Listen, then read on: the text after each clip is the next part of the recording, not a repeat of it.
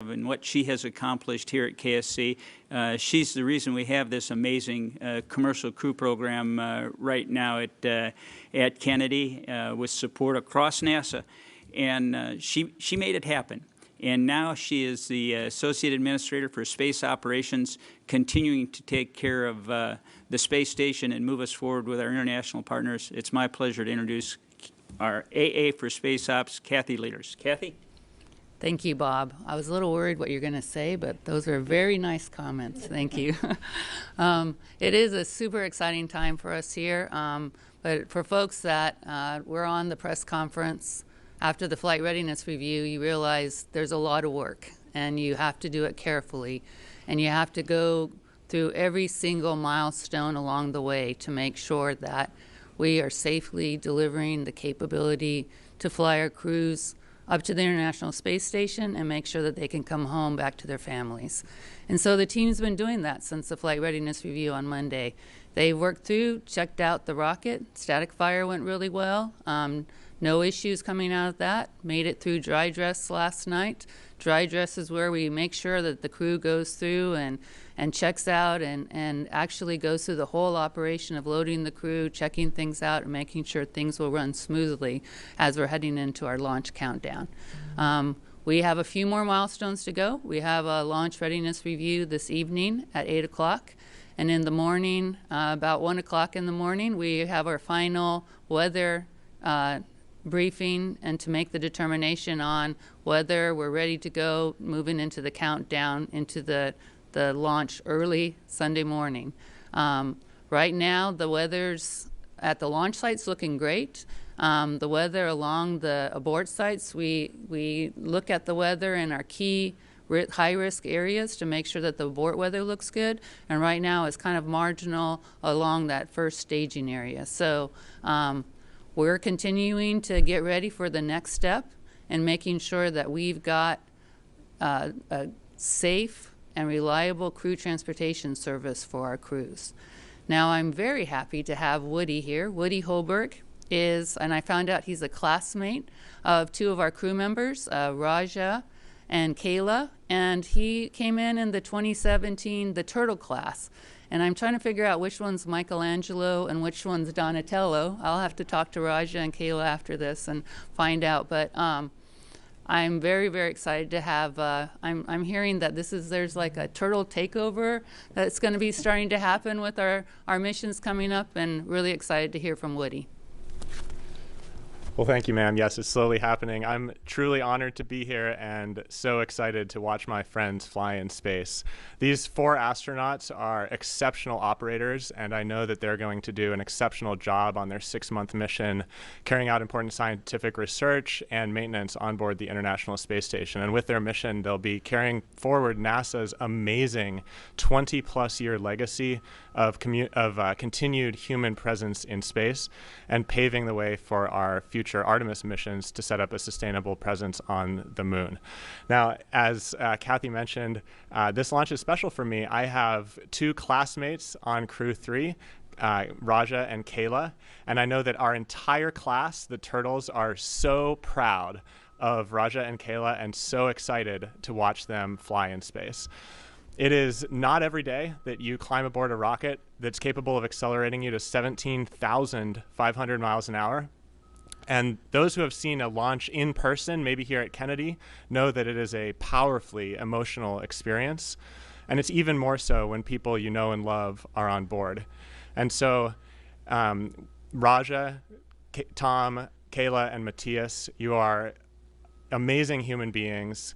We wish you safe travels to the International Space Station. Our hearts are with you. Go Crew-3 and go Endurance. Thank you so much, everyone. And thank you for that last word there, Woody, because at the heart of the commercial crew program, as we know, are the people here. So that was a great way to end your comments. So again, thank you for the opening remarks from everyone. And we're going to start taking questions now from reporters on the line. The first person we have is Marcia Dunn from the Associated Press. Yes, hi, Administrator Nelson.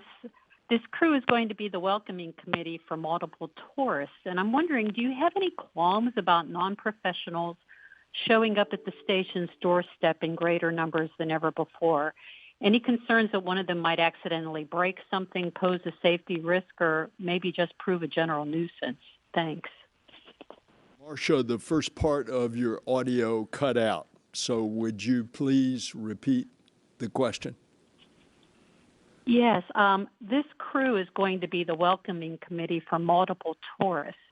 And do you have any qualms about non-professionals showing up at the station's doorstep in greater numbers than ever before? Any concerns that one of them might accidentally break something, pose a safety risk, or maybe just prove to be a general nuisance to the crew? By the way, we've got a backhoe or a truck, and the beep beep is going on out here, and that's where it's difficult for me to hear.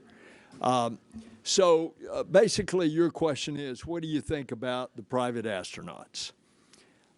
So just coming in the building today, I got with Reed Wiseman, the head of the astronaut office, and I said, tell me, how was the experience with the Russian film crew, the actress and the film director? And he said they were constantly with the Russian commander, and it was a good experience. And they stayed in the Russian module except the time that had been agreed to, that they could go a short duration and film in the cupola. That was a good experience. And so as we go forward, we go on a case-by-case basis. Now, you've got a private astronaut that's coming up with the Russians again. The Russians take responsibility for them. And on any of the private astronaut missions that we have, there is a clear understanding that the former astronaut that is with them is responsible and takes responsibility for their actions, because we cannot have a situation where our permanent crew on the station in any way is impaired in their productivity as a result of all their tasks. And of course, that's quite extensive. As you know, there's a detailed timeline that goes on every flight day as to the tasks that they need to accomplish. So we're going to make sure that they are prepared, that they have bonded as a crew, that they are well-versed in all the emergency procedures, and all of this is a part of the conditions of any of the private astronauts in the American part coming onto the International Space Station. Understand, separate and apart from the Inspiration 4 mission, that did not come to the International Space Station. That was entirely done by SpaceX on their own mission. So I hope that answers it for you, Marcia. Thank you, Administrator, and thank you for that question, Marcia. Next one is Jeff Faust from Space News. Hi, good afternoon. Question for the Administrator. The revised version of the Build Back Better Act that was unveiled yesterday sharply reduces the amount of funding for NASA infrastructure and also doesn't include any funding, as with previous versions of the bill, for future lunar lander development. What does this mean for your desires to rebuild NASA infrastructure at the various centers, as well as sustaining competition in the Artemis lunar lander program? Thank you. All right, you're going to have to repeat the first part, because I was trying to say time out and increase the volume, and they have subsequently done that. So please go ahead, Jeff. All right, well, take two. The revised version of the Build Back Better Act released yesterday sharply reduces the funding for NASA for infrastructure and also doesn't include anything for future lunar lander development. What does this mean for your plans to rebuild agency infrastructure at the various centers, as well as sustain competition in the lunar lander effort for Artemis? Thank you. Okay, let me answer you very specifically. First of all, we've already passed a hurricane supplemental that gave about $350 million for infrastructure, which will include one of the top priorities of all infrastructure in NASA, which was the roof on the building at Michoud in New Orleans. That has also application to other centers, including Stennis. When you combine that with the money that was announced yesterday in what is the reconciliation bill, which you referred to as Build Back Better, if in fact that bill passes, and my expectation is that it will pass, then what you have is a total of about $1.5 billion for NASA, some of which is infrastructure, $1.5 billion that NASA did not have before. That is a considerable positive. In addition, in there to infrastructure is climate change. And of course, that's one of our top agenda items as well, especially with all of our very sophisticated spacecraft that are measuring what is happening to the Earth, and the big 5 observatories that we're going to put up over the course of the next decade. So $1.5 billion to the good. I think that's pretty good for NASA. Your question with regard to the human lander system, the big plus up on that comes in 23.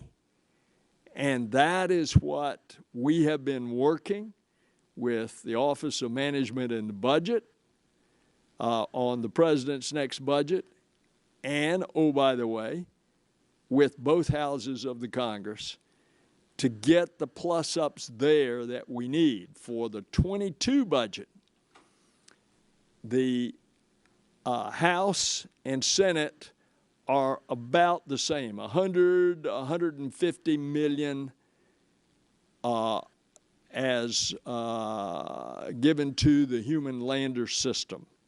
That on top of what is being awarded, called Appendix N, so we could get these other companies going, and 5 were selected, giving them the seed money to get started on the competition that we will have in the future on the human lander system.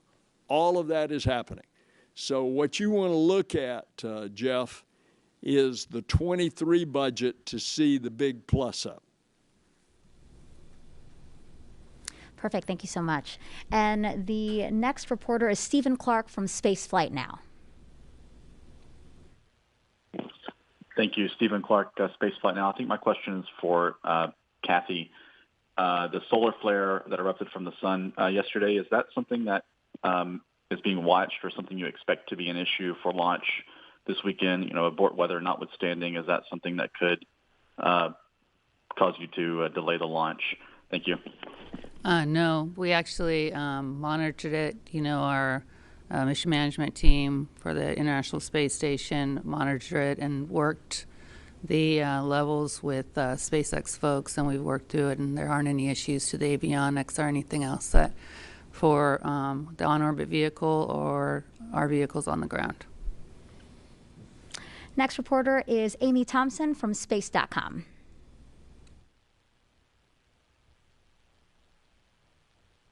Oh, I just heard that Amy actually dropped off, so Ken Kramer will take you now. Oh, hi, thank you.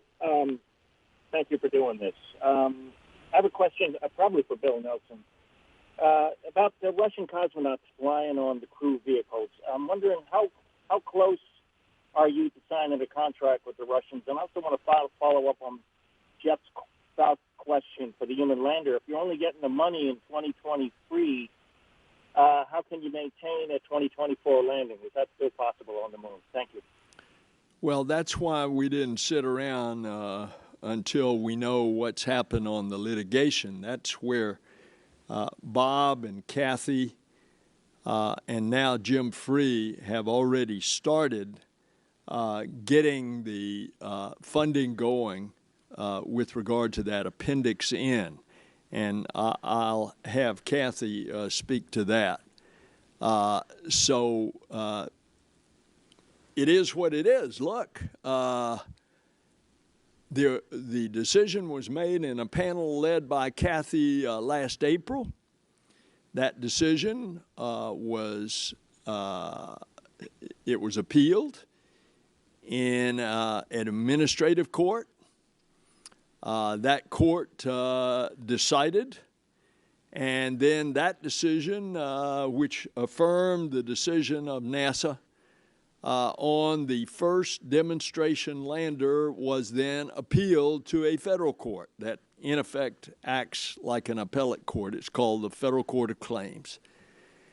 And so it is what it is. We have been held up, but that's why we didn't want to sit around while we were waiting for the judge, and started the effort to reach out and go ahead and start getting some of these designs done by different companies, and 5 were selected. Let me flip it to you, Kathy, for the detail.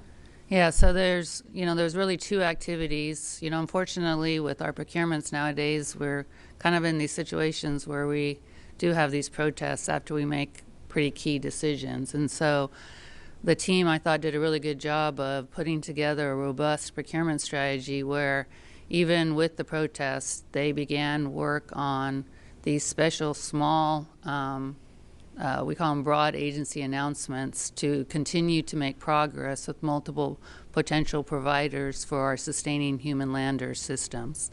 In addition, they were working their procurement strategy for the follow-on for the sustaining human lander system. Both those activities were outside of the Appendix A, the Option A activity, which was being assessed and in court. And so the team's been able to make progress over the summer, and like the administrator said, we are continuing to work on, design and development activities to deliver our sustaining human landing systems by the end of the 20s. I think the team's done a great job keeping multiple activities in flow, continuing to make progress and moving forward. I think you had a question about the crew swap. The Russians, based on the number of missions that SpaceX has flown, they've agreed to continue or to further the processing of our intergovernmental agreements, where we will eventually be flying a USOS crew member on the Soyuz, and at least flying a Russian cosmonaut on at least the SpaceX vehicles. We'll continue to work how that would work for our Boeing vehicles, but that's next step to come. But we're very, very excited to see that we have made progress with them on at least this first step going forward, and have our initial cosmonauts beginning to do assessments and training with suits and potential training, and us beginning to do the planning for that. We feel like that's the most robust strategy for us to keep station going. Thank you, Kathy and Belle. And actually, we have a question from social media I want to throw out there. What are the main goals of this mission, and are there particular experiments that the astronauts will be working on? Whoever wants to take that one. Well, all I can tell you is Joel Montalbano, the space station program manager, there's no rest for the weary on orbit. There's tons of work going on over the next 6 months. I mean, one of the favorite things we like to talk about is protein crystal growth, just because that's been an experiment that we have really gained expertise and begun to really learn to apply that to multiple key medicines and medical infrastructures going forward. we have a ton. What's amazing is we've got 3 polar, and there are little freezers that we're bringing down off of the space station, just chock full of science coming back on Crew-2 also. And this a new capability that we have moving forward means that we continue to be able to do the physical and the manufacturing sciences that we have going forward. This Joe Montalbano will be coming on after our launch readiness review press conference, and you guys need to, I'll have him ready for his whole list of experiments because he loves to talk about it. Perfect. All right, our next question is from reporter Russell Pounds from Pacific Rim Media. Great. Thank you for doing this morning. Question for Administrator Nelson about creating opportunity. What are you looking forward to most in terms of the doors that commercial space can open for American business? You know, I see Estee Lauder and Adidas doing things up there. What are those doors and things that are most exciting for you? Anything that the human imagination can do and prosper and utilize these unique properties of space flight in order to better humankind. And it goes from everything that Kathy just mentioned. We are beginning to see a breakthrough on the production of materials as well as pharmaceuticals, as well as the protein crystals. Since you asked, I'll just tell you that 36 years ago, I did one of the first protein crystal growth experiments, and the one that I did was crude by comparison to the automation, the temperature control, the vibration control that they have today. That we had none of that, and yet the results were dramatic of what crystals look like grown in microgravity. You take those, you apply those to research, whatever kind. They are talking now about stem cells. I got a briefing yesterday at a major medical center in America about taking stem cells, and they act different in microgravity. And they're even talking about this has the possibility of growing organs on orbit. And that's just orbit. Then take it on out. Take it out to the moon. Take it out to an asteroid. Think about mining possibly precious metals on an asteroid. I mean, we used to say the sky is the limit. That's not true anymore. The heavens are the limit. Great. And then the next reporter is Stephen Clark again from Spaceflight Now. Hi, thank you for taking another question.